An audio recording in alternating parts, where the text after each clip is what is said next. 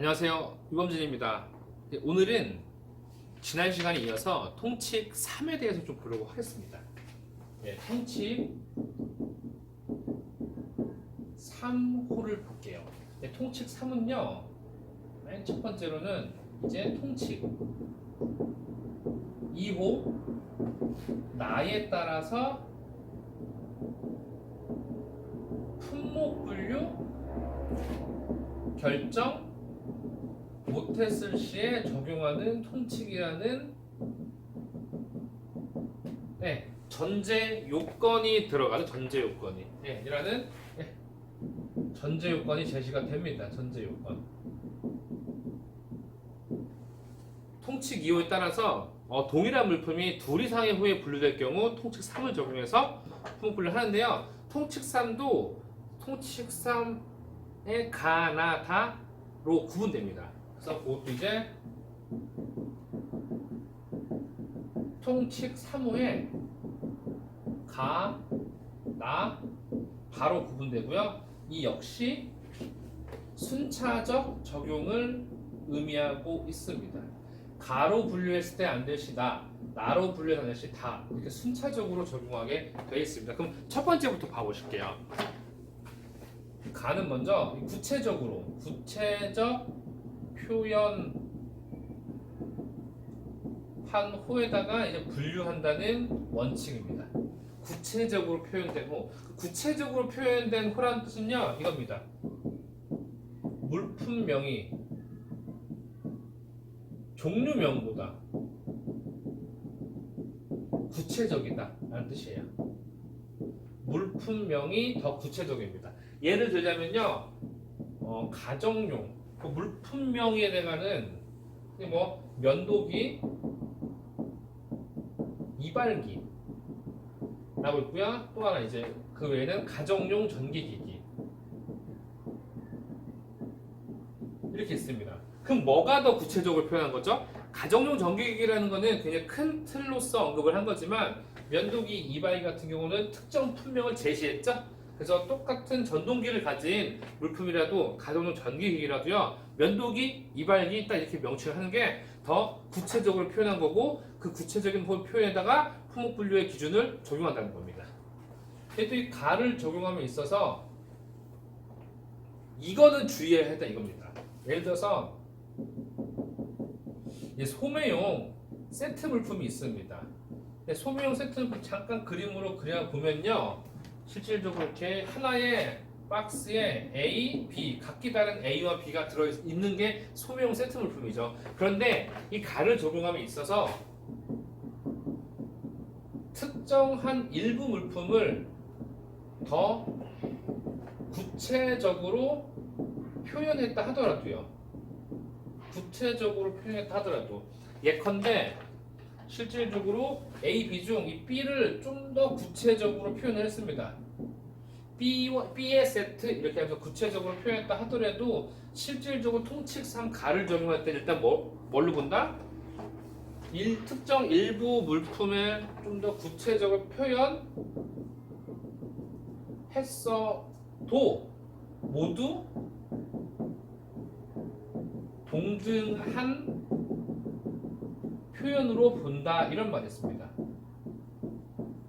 즉 기본적으로 이 구체적으로 표현된 호 통칙 3 가를 적용할 때요, 물품 대 물품을 놓고 비교하는 과정에서 만약에 어떤 일부 물품을 표현상 아주 구체적으로 표현하고 했더라도, 특히 소매용 세트 물품이죠. 소매용 세트 물품에 한해서 이 특정 일부의 물품을 더 구체적으로 표현했다 하더라도 일단은 그 세트 안에 들어가는 물품은 기본적으로 동등한 개념이라고 본다라는 겁니다. 이게 그 지문 보시면요, 그 통칙 3 가 나오면요, 다만 둘 이상의 호가 혼합물이나 복합물에 포함된 재료나 물질의 일부에 대해서만 각각 규정하거나 소매용으로 하기 위하여 세트로 된 물품의 일부에 대해서만 각각 규정한다라고 하면, 그 중에 다른 호가 그 물품에 대하여 더 완전하고 상세하게 표현한다 할지라도 각각의 호를 그 물품에 대하여 동일하게 구체적으로 표현한 호를 본다라고 해서,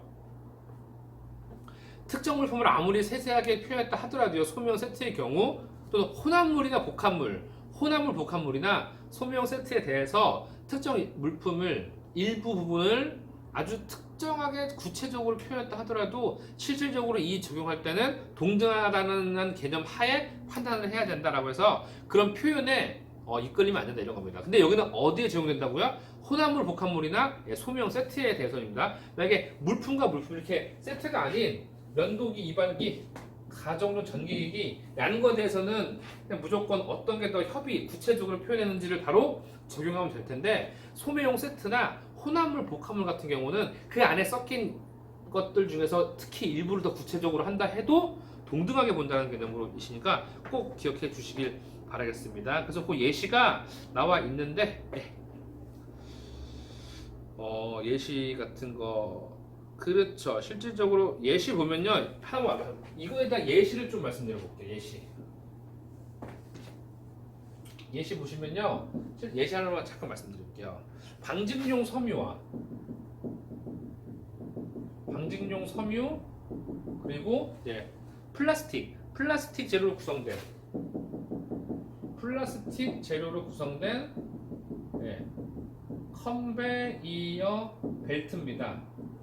이게 아주 큰 틀인데요. 두 가지 경합이 되는 거예요. 지금 어떻게 경합되냐면요. 첫 번째 플라스틱제 기타 물품.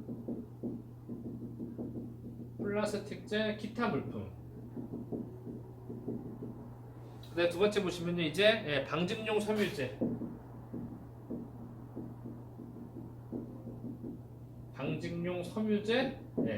컨베이어용 물품입니다.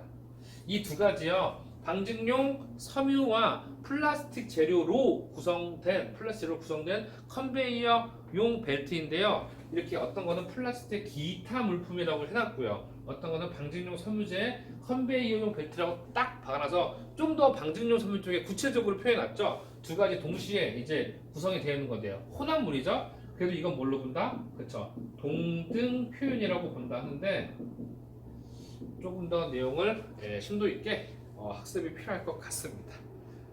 그래서 일단 통칙 나 보실게요. 통칙 나 보시면 요건요. 지금 이제 혼합물, 복합물 그리고 이제 소명 세트에 대해서 나온 건데 나는요. 본질적 특성 부여 이겁니다. 부여에 대한 여부입니다.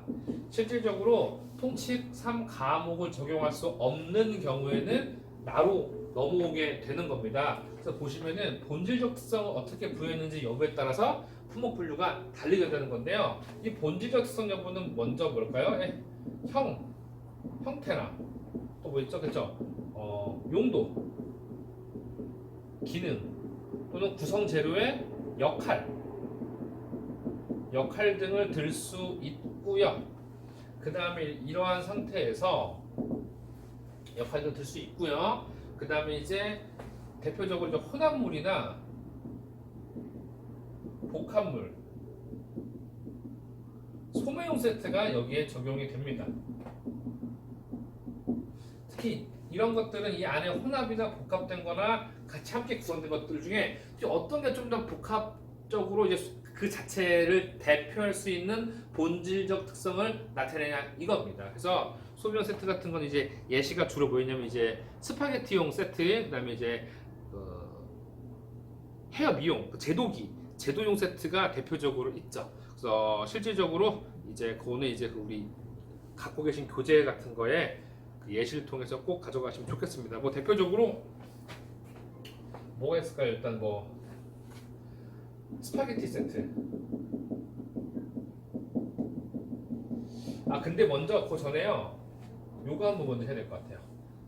일단 혼합물, 복합물, 소명 세트는 이제 형태나 용도, 기능, 구성적 역할에 따라 그 본질적 특성을 부여하는 물품 쪽으로 품목 분류하는데요. 먼저 이 소명 세트에 대해서 잠깐 좀 보실게요. 소명 세트는 그 분류될 수 있는 요건을 정해 놨습니다. 첫 번째가 일견 다른 호로 분류 가능한 것들끼리 구성될 것. 그러니까 안에 들어간 게 A는 안 되는 거예요. A나 B 이렇게 돼야 되는 겁니다. 두 번째는요. 지금 이제 일정한 욕구나 어떠한 일정한 욕구나 어떠한 특정한 요구나 일정한 활동을 수행하기 위해서 함께 그래서 조합되어야 되고요. 세 번째가 이제 재포장 없이 이제 최종 이제 소비자에게 판매되어야 하는 겁니다. 이 세 가지 거를 구성을 맞춘다면은 소매용 세트로 인정될 수가 있는 거죠. 그래서 대표적인 소매용 세트를 보면요, 이제 스파게티 꾸러미는 어떻게 구성이 되어 있냐면요, 당연히 스파게티 면이 있을 거고요, 치즈가 있을 거고요, 그 다음에 보시면 이제 토마토 소스 각각이 다른 곳에 분류될 수 있고요. 그래서 그런데 이 스파게티라는 그 음식을 만들기 위해서 서로 뭉치는 거고요. 그 다음에 이제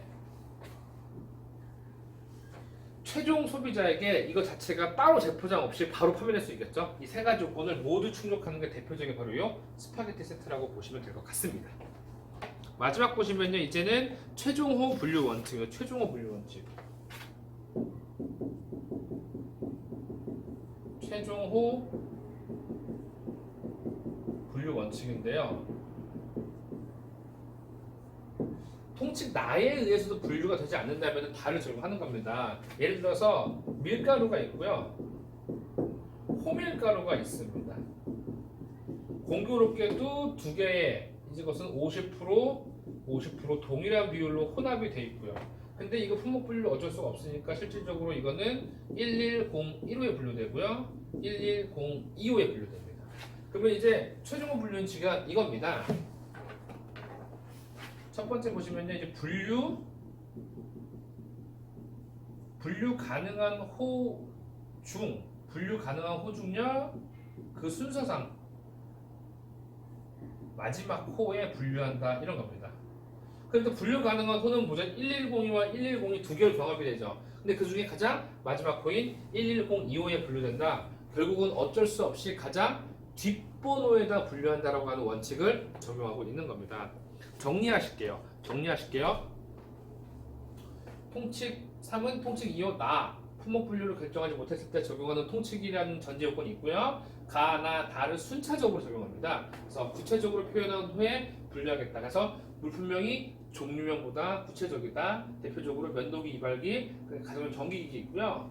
소매용 세트 같은 경우에 특정 일부 물품에 대해서 더 구체적으로 표현하고 있다 해도 그 구체적으로 표현한 걸로 인해서 통칙 가가 적용되어서는 안 됩니다. 소매용 세트라고 하면 기본적으로 각각에 그냥 동등하게 표현하고 있다라고 꼭 기억해 주시고요.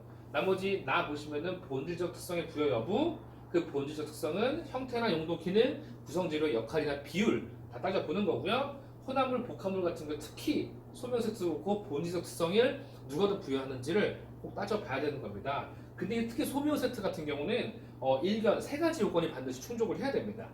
일견 다른 호에 분류 가능하도록 구성되어 있고요. 일정한 욕구 활동을 수행할 수 있도록 조합되어야 되는 거고요. 재포장 없이 최종 소비자에게 판매가 되어야 됩니다. 주 6부와 7부 주에서 소매용 세트를 규정하고 있는데요. 그 소매용 세트는 그 해당 부 규정에 따라 정리하면 되는 거고요. 따라갑니다. 근데 통칙 그 3 나목에 따라서도 안 된다고 하면요, 그래서 통칙 3 다 최종호 분류 원칙이라고 해서 분류 가능한 호 중 그 순서상 가장 마지막 호에 분류한다라고 보시면 될 것 같습니다. 그래서 여러분 통칙 3은 그 내용이 매우 중요하고 단독으로도 열심히 나올 수 있기 때문에